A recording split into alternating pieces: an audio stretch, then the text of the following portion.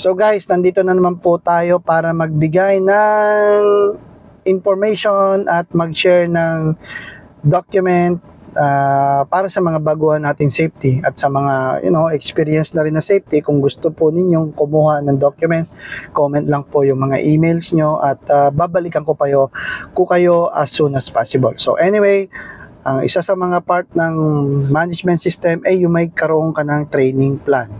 'Di ba? Yun yung diniscuss natin kanina. At ito naman po ay inspection plan. So nasa likod ko po ay inspection plan. Base po ito sa aming work scope, okay? So meron pong HSE at meron pong operation role responsibilities, okay? Shared po kami rito. So sila production, sila po yung mag-i-inspect ng mga cutting machines, okay? Dedicated doon sa inspection plan na sinabi ko sa kanila, okay? And then meron din po akong nilagay doon na heavy equipment, okay, na operators po ang mag-check at marami pa pong iba. So makikita niyo po diyan sa aking template. Okay guys, ano ba ang Sir Eric, ano bang importante nito? So napaka-importante, una sa lahat is commitment to safety. Pangalawa, organize yung trabaho nyo.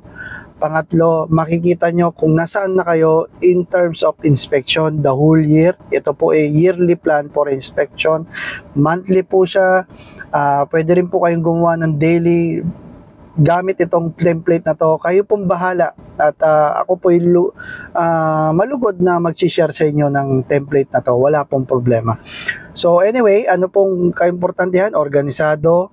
Alam nyo yung magiging work line nyo for inspection. So pagkakasunod-sunod, again nilagay ko po siya is plan at actual. So para ma-edit nyo kung nasaan na kayo, kung ano yung natapos nyong inspection, every month po siya. Okay guys, nag-share na tayo ng mga inspection checklist sa mga equipment, sa mga tools. Ito naman po is plano. Okay guys, ito yung ginagawa ko sa aming company. So sana makatulong sa inyo to at kung gusto nyo po yung template, again, ilapag nyo po yung inyong emails, pakishare po itong video and comment lang po if any suggestion or any violent reaction. Wala pong problema sa akin at malugod ko pong tatanggapin yan. Any bashers also, okay lang din po. Maraming salamat po guys and have a safe day.